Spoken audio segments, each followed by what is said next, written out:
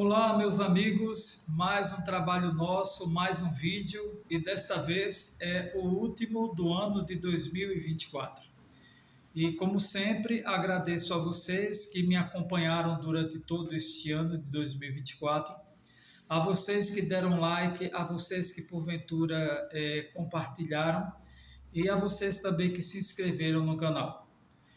Provavelmente no próximo ano, já em janeiro, nós teremos novos temas, novos assuntos que vamos jogar aqui no nosso trabalho, no nosso canal. E eu tenho certeza que não só vocês, mas eu também, durante este ano, com os temas que nós abordamos, que eu joguei aqui para vocês, eu aprendi muito e tenho certeza que vocês também. E assim a gente passou a ver as notícias com mais conhecimento, com mais informação e com mais bagagem. Eu sou um amante do conhecimento, eu acho que o conhecimento é muito bom, é fundamental e nos ajuda bastante no nosso dia a dia, nesse mundo, vasto mundo e tão turbulento planeta. Meus amigos, hoje nós vamos falar sobre dois temas bem bacanas e um tema bem pertinente para a época atual, e tenho certeza que vocês também tiraram muitas dúvidas, como eu também tirei.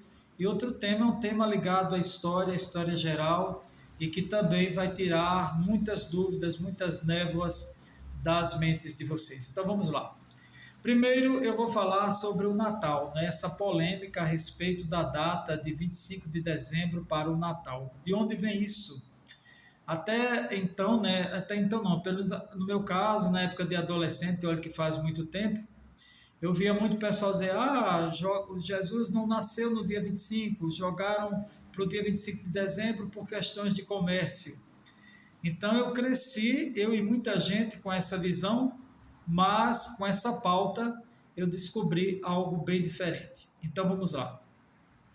A história, meus amigos, do dia 25 de dezembro ser comemorado no mundo ocidental o nascimento de Jesus, tem razões mais implícitas do que nós imaginamos. Tudo tem a ver, vamos remontar agora, vamos para os séculos 2 e 4 depois de Cristo. Nós vamos para uma figura chamada Papa Júlio I. E quem foi o Papa Júlio I? O Papa Júlio I foi um homem, foi um religioso, que ele instituiu o dia 25 de dezembro como a data de comemoração do nascimento de Jesus. Por quê? Porque nessa época, do século II até o século IV depois de Cristo, as comemorações com relação ao nascimento de Jesus, nenhum estudioso sabe com precisão qual a data do nascimento de Jesus. Ela tinha muita invasão das tradições tidas como pagãs pela Igreja Católica e também a influência da chamada Igreja Católica Ortodoxa, que nós sabemos que ela existe, é muito forte e existe até hoje. Tanto é que a Igreja tradicional ortodoxa, ela comemora o nascimento de Jesus sempre no dia 8 de janeiro, mas a Igreja Católica Apostólica Romana tradicional, ela não estava satisfeita com essa influência pagã. Para ela, ela via como uma mistura, né, de um nascimento de um ser tão iluminado como Jesus dentro de um meio pagão. Então, eram duas festas pagãs que o Papa Júlio I quis separar, né, do verdadeiro advento da vinda do Cristo para o planeta Terra. Então as festas eram Dies Natalis Solis Invicti e a Saturnália.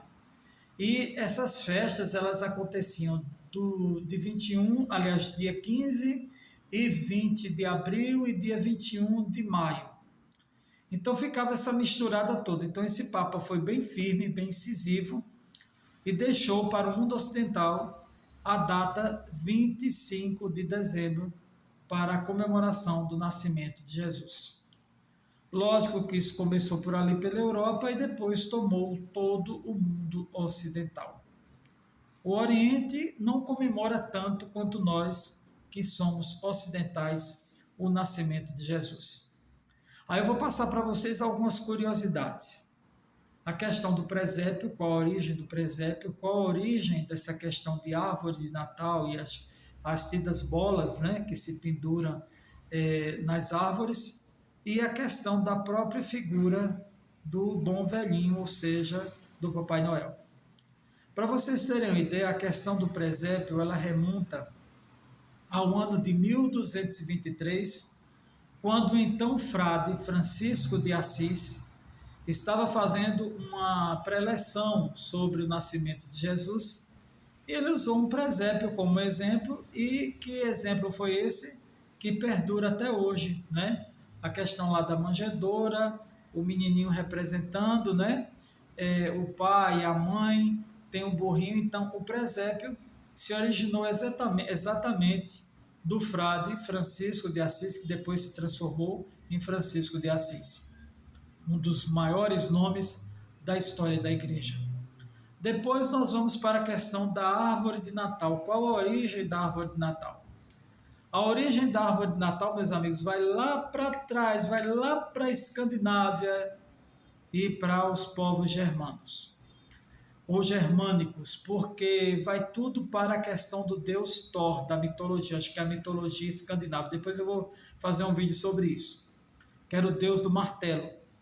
E eles eram, assim, grandes adoradores de árvores, né? Então, essas árvores, existia uma festa chamada Jol, que era uma festa religiosa da Escandinávia, e eles usavam essas árvores, e isso foi desenvolvendo-se no século XVI, e se transformou em hábito as pessoas no período do Natal usarem árvores em suas residências. Por volta do começo do século XX, surgiram as chamadas bolas das árvores de Natal, que primeiramente elas foram confeccionadas em vidro e na Alemanha. E depois isso se popularizou para todo o planeta. E a terceira questão, a mais polêmica talvez, é a questão do Papai Noel. Porque tem a origem pagã, tem a origem da Igreja Católica, que se refere a São Nicolau, que na verdade foi o bispo Nicolau, né, que viveu entre os séculos 13 e 14, era conhecido como um bispo rico, e que nesse período ele ajudava muito os pobres. E a mais polêmica delas, que foi uma publicidade feita por uma empresa muito conhecida aí de refrigerante, que na década de 20, de 30, ela criou um estereótipo, né, de um senhor barbudo, de olhos azuis, claro, essa coisa toda, como o modelo do bom velhinho, um bom modelo para o chamado Papai Noel. Então é uma coisa bem polêmica, que não é mérito aqui do nosso vídeo. O nosso intuito aqui é falar a vocês um pouco da origem, a questão da data, né, essa data do dia 25, quem instituiu essa questão, e algumas curiosidades bem interessantes sobre a festa do Natal. Então, cada um ao seu modo comemore, né, cada um do seu modo vibre na noite de Natal, mas o verdadeiro aniversariante é o Mestre Jesus.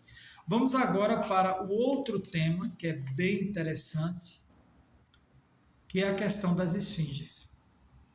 Eu, particularmente, gosto muito de cultura egípcia, e eu pensava que só existia a pirâmide, aliás, as esfinges, só a esfinge de Gizé, lá junto das grandes pirâmides, lá no Egito Antigo, mas não existe, ou não existiu só essa esfinge. Existem esfinges na Grécia, existiram na Pérsia e também na Índia. E geralmente as esfinges, elas têm o corpo de um animal, geralmente de um leão, e o rosto humano, ou de um homem ou de uma mulher. É como eles chamam androesfinge, é como uma figura andrógena. E tem um significado espiritual muito grande. Para alguns significa proteção, para outros significa morte, destruição, como é o caso de outro lugar que nós vamos descobrir agora, onde existem as esfinges. Então, cada região tem um significado. No Egito Antigo, ela tinha uma questão de a esfinge era uma guardiã espiritual. E, é lógico, a única e a conhecidíssima é a esfinge, que tem o rosto, né, a cabeça humana e o corpo de um leão, e que tem 73 metros de comprimento por 20 de altura, e talvez seja mais conhecida.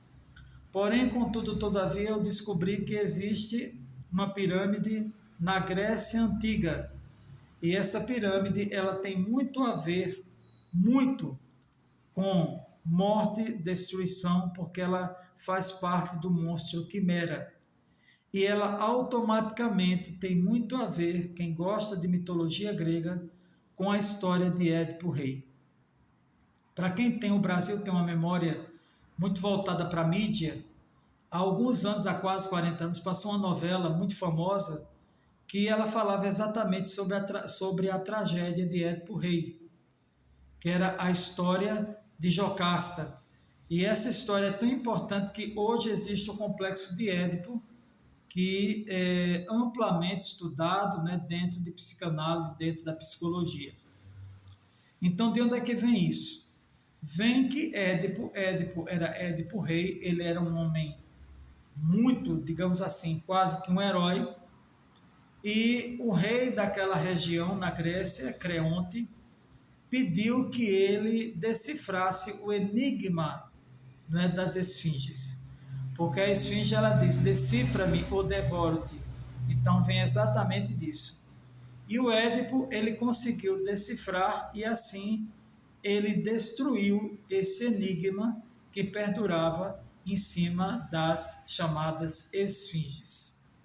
E para quem sabe a história, né, a história de Édipo Rei, de Jocasta, de Creonte e de outros personagens, é uma história cercada de destruição e de morte que exatamente tinha a ver com a visão mitológica da esfinge grega. Então, meus amigos, vem daí essa questão do decifra-me ou devoro-te, vem aí também a questão das esfinges, qual o papel delas, e aí também mais um resgate histórico para a gente se situar nesse planeta e saber um pouquinho por que as coisas acontecem.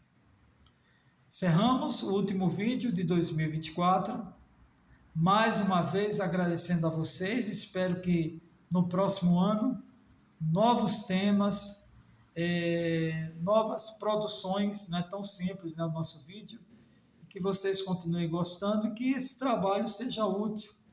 É um trabalho, como eu digo, de formiguinha, é um trabalho como aquele passarinho que bota a aguinha no bico e joga lá aquela aguinha lá no incêndio. Ele não vai poder fazer tudo, mas ele está fazendo um pouco da parte dele. E é o que nós estamos fazendo aqui com relação à importância do conhecimento. Um feliz Natal a todos, um feliz 2025 e até o nosso próximo vídeo, que certamente será em 2025. Está contado.